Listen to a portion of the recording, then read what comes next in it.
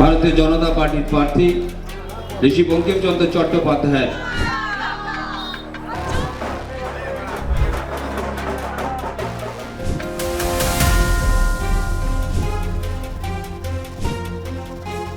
At a street corner meeting in Naihati late in the evening, BJP leaders invoked Bankim Chandra Chattopadhyay, urging voters to support their candidate who is a descendant of the literature. বন্ধুগণ, আপনারা জানেন আগামী 29 তারিখ নৈহাটি বিধানসভার ভারতীয় জনতা পার্টির প্রার্থী ঋষি বঙ্কিমচন্দ্র চট্টোপাধ্যায় যোগ্য উত্তরসূরি মাননীয় সুমিত্র চট্টোপাধ্যায়ের সমর্থনে আজকে আমরা আপনাদের এই 5 নম্বর বাজার অঞ্চলে আমরা পথসভায় অনুষ্ঠিত হচ্ছে।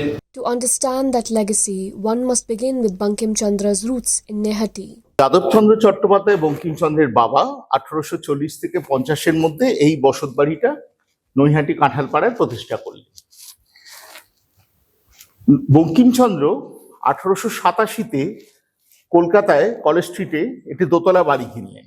চট্টোপাধ্যায়ের এই পৈতৃক যে বসত ভিটে, এটার দুটো পার্ট, এটা হলো অন্দরমহল আর পূর্ব দিকের অংশটা হচ্ছে সদরমহল। The account traces the origins of the Chattopadhyay family in Kanthalpara and the house that became central to their history. For generations, the space has remained closely tied to Bankim Chandra's life and memory. That connection has now entered the political arena. The BJP has fielded a candidate linked to this family line, projecting lineage as part of its campaign narrative. At rallies, that connection is repeatedly highlighted. But Bankim Chandra's legacy is not only about lineage, it's also about his philosophy and the ideas reflected in his works. এই যে ঘরটায় দাঁড়িয়ে আছি, এই ঘরটা হচ্ছে শুধুমাত্র নৈহাটি কাঁঠালপাড়ার বঙ্কিমচন্দ্রের বৈঠকখানার ওনার লেখার ঘর নয়, এই ঘরটা হচ্ছে সমগ্র ভারতবাসীর কাছে তথা বিশ্ববাসীর কাছে একটি তীর্থক্ষেত্র। কারণ বন্দে মাতরম গান বঙ্কিমচন্দ্র অক্টোবর 1874-এ এইখানে বসেই রচনা করেছিলেন, এবং এই ঘরটা ছিল বঙ্কিমচন্দ্রের লেখার ঘর, পড়ার ঘর, যাই হোক না কেন। এবং বঙ্কিমচন্দ্রের যে বঙ্গদর্শন পত্রিকার সম্পাদনা, তার যাবতীয় সৃষ্টিকার্য সব কিন্তু এইখানে বসে উনি সম্পাদনা এবং লেখার কাজটা করতেন। এই ঘর হচ্ছে সাহিত্য সম্রাট বঙ্কিমচন্দ্র চট্টোপাধ্যায় বৈঠকখানা ঘর, এখন যেখানে দাঁড়িয়ে আছি। 19 শতকের দ্বিতীয়ার্ধে নবজাগরণ পর্বে এই ঘরটা হয়ে উঠেছিল একেবারে বাংলার সংস্কৃতির অন্যতম কেন্দ্রবিন্দু। বঙ্কিমচন্দ্র বঙ্গদর্শন পত্রিকার সম্পাদক ছিলেন। 1872 সাল থেকে বঙ্গদর্শন পত্রিকা প্রকাশ হতে শুরু করলো, এবং তার পরবর্তী সময়, তারও আগে 1866 সালে বঙ্কিমচন্দ্র বৈঠকখানাটা তৈরি করেছিলেন। বঙ্কিমচন্দ্রের বাবা যে জমি দিয়েছিলেন, সেই জমির 11 বিঘা জমির খানিকটুকু অংশে বৈঠকখানাটা করলেন। It was in this room, the curator explains, that Vande Mataram was written, a space that later became a hub of literary and intellectual activity.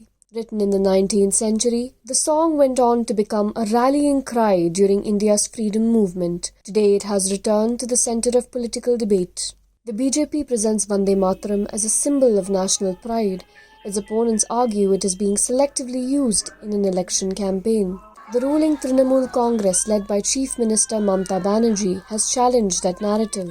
করার চেষ্টা করেছে নয়াডির মানুষ, সচেতন মানুষ, যার সাথে বঙ্কিমচন্দ্র চট্টোপাধ্যায় কোনো সম্পর্কই নেই, তাকে নয়াডির মানুষ গুরুত্ব দেয় না। যে কোনো জালিয়াতিতে ওনার বিরুদ্ধে সিবিআই চার্জশিট দিয়েছে, 420 মামলা, চিটিংবাজি মামলা। উনি চিটিংবাজি করেছে, এর কথা কিন্তু আমি বলছি না।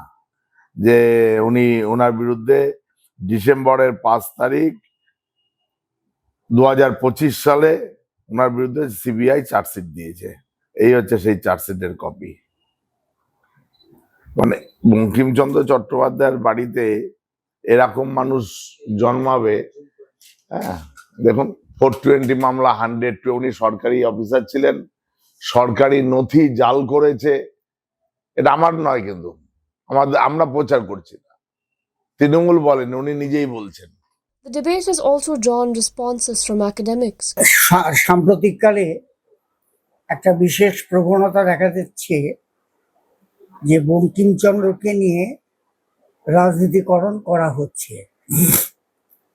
আমি দীর্ঘদিন ধরে আমি নিজে অধ্যাপনা করতাম বঙ্কিম ভবন গবেষণা বঙ্কিম কলেজে, এবং বঙ্কিম ভবন গবেষণা কেন্দ্রে আমি দীর্ঘদিন ধরে যুক্ত আছি এবং সেখানে ডিরেক্টর হিসেবে কাজ করছি।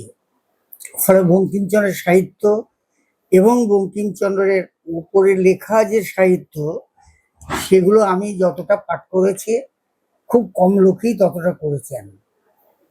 বঙ্কিমচন্দ্র নিঃসন্দেহে হিন্দু ছিলেন এবং এটা কোনো অপরাধ নয়।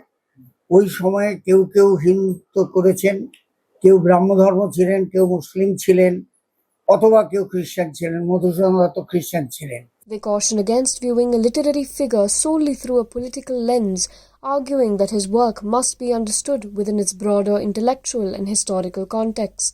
On the streets of Nehati, voters appear divided between these competing narratives, with one local resident noting that Bankim Chandra is deeply embedded in the town's identity, even as elections should also focus on present-day concerns. The contest here reflects a larger political strategy. The BJP is seeking to anchor its nationalist narrative in Bengal's cultural history, in a state where regional identity remains strong.